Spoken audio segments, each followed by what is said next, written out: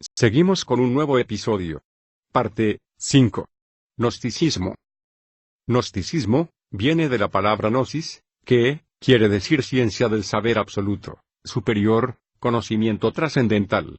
Del concepto platónico, dualismo cosmológico provino una variante, el gnosticismo.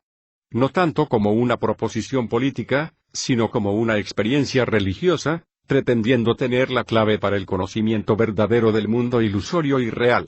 Afirmaban que sus enseñanzas basadas en un sistema de intermediarios sobrenaturales o de evoluciones del alma, tenía la habilidad de finalmente lograr que la verdadera persona pudiera encontrar su camino de unión con la idea superior, el Dios de Platón.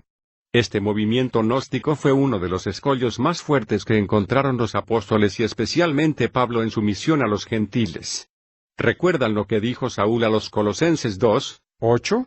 Mirad que no haya quien nos esclavice por medio de filosofías y huecas sutilezas, según la tradición de los hombres, conforme a los rudimentos del mundo, y no según el Mesías.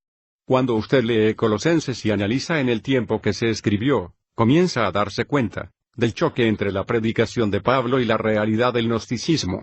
Los padres de la Iglesia que fundaron el cristianismo histórico, fueron formados en estos conceptos gnósticos, por lo tanto la influencia del gnosticismo en el pensamiento cristiano a partir del segundo siglo es incuestionable. El gnosticismo influyó en la fe de los padres de la Iglesia cuando ellos al convertirse al cristianismo traen consigo todas estas ideas y tratan de aplicarlas a la fe. Si la filosofía era tan depurada, ¿qué fue lo que motivó a los filósofos a hacerse cristianos? Lo mismo que motivó a Filón, que era un filósofo, es decir, poder entrar en diálogo con el helenismo. Los primeros creyentes de origen gentil que fueron alcanzados por los apóstoles o los discípulos de los apóstoles, se dieron cuenta que en la predicación y enseñanzas de Pablo daba respuesta que la filosofía no daba. Por lo tanto, esa respuesta alcanzó a muchos filósofos en la época de Pablo, y esto motivó a estos filósofos a ganarse a otros filósofos para el cristianismo. ¿Qué sucede entonces? Que cuando todos estos filósofos se convierten al cristianismo y comienzan las acusaciones del imperio contra el cristianismo, ellos creen su deber de defender el cristianismo de esas acusaciones.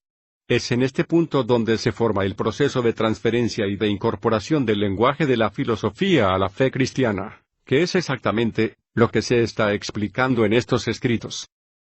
¿Qué piensan los líderes cristianos que debe hacerse con los creyentes? Tenemos que elevarles su nivel intelectual, a estos cristianos acusados de ignorantes y plebeyos, enseñándoles filosofía. ¿Para qué? Para que el cristianismo pueda estar a la par con la filosofía y de esa manera eliminar la acusación de que los cristianos son una partida de ignorantes y de estúpidos. Comienza entonces a mezclarse conceptos filosóficos con las escrituras sagradas, creando ritos, ceremonias de iniciación, ejercicios de meditación y concentración, que pudieran demostrar a los sacerdotes del imperio que el cristianismo no es solamente igual, sino más depurado que la religión pagana del imperio romano. El gnosticismo no fue sino una forma de platonismo que comienza a usar ahora el lenguaje cristiano, y las escrituras como su base de datos, relacionando siempre la figura, la persona de Jesús con sus conceptos gnósticos.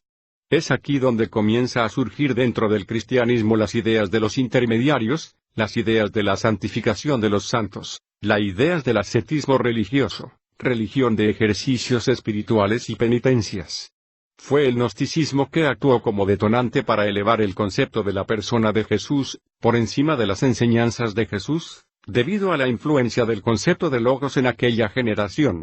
Son los cristianos gnósticos que comienzan a afirmar con Platón la idea de la inmortalidad del alma, y es de esta manera que se da la transición del primer pilar del platonismo dentro de la teoría cristiana, al punto que los cristianos gnósticos llegaron a afirmar que el Dios del Antiguo Testamento era un Dios malo.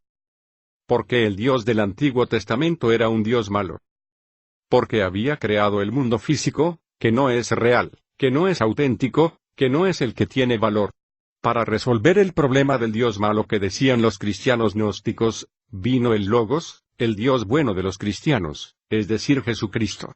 El Dios del Antiguo Testamento es un Dios inferior, el Dios del Nuevo Testamento es un Dios superior. Con eso resolvían dos problemas. 1. Se quitaban de encima cualquier conexión con el judaísmo, y con los judíos, lo cual era muy importante para una relación buena con el imperio, que era antijudío por esencia. 2. Al mismo tiempo elevaba el cristianismo a un nivel no igual con la filosofía, sino superior a la filosofía. En el próximo episodio, si el Eterno lo permite, seguiremos ampliando los conceptos del gnosticismo en su relación con el Logos, como intermediario del mundo superior. Saludos a todos. Shalom. Elisha ben Medahim.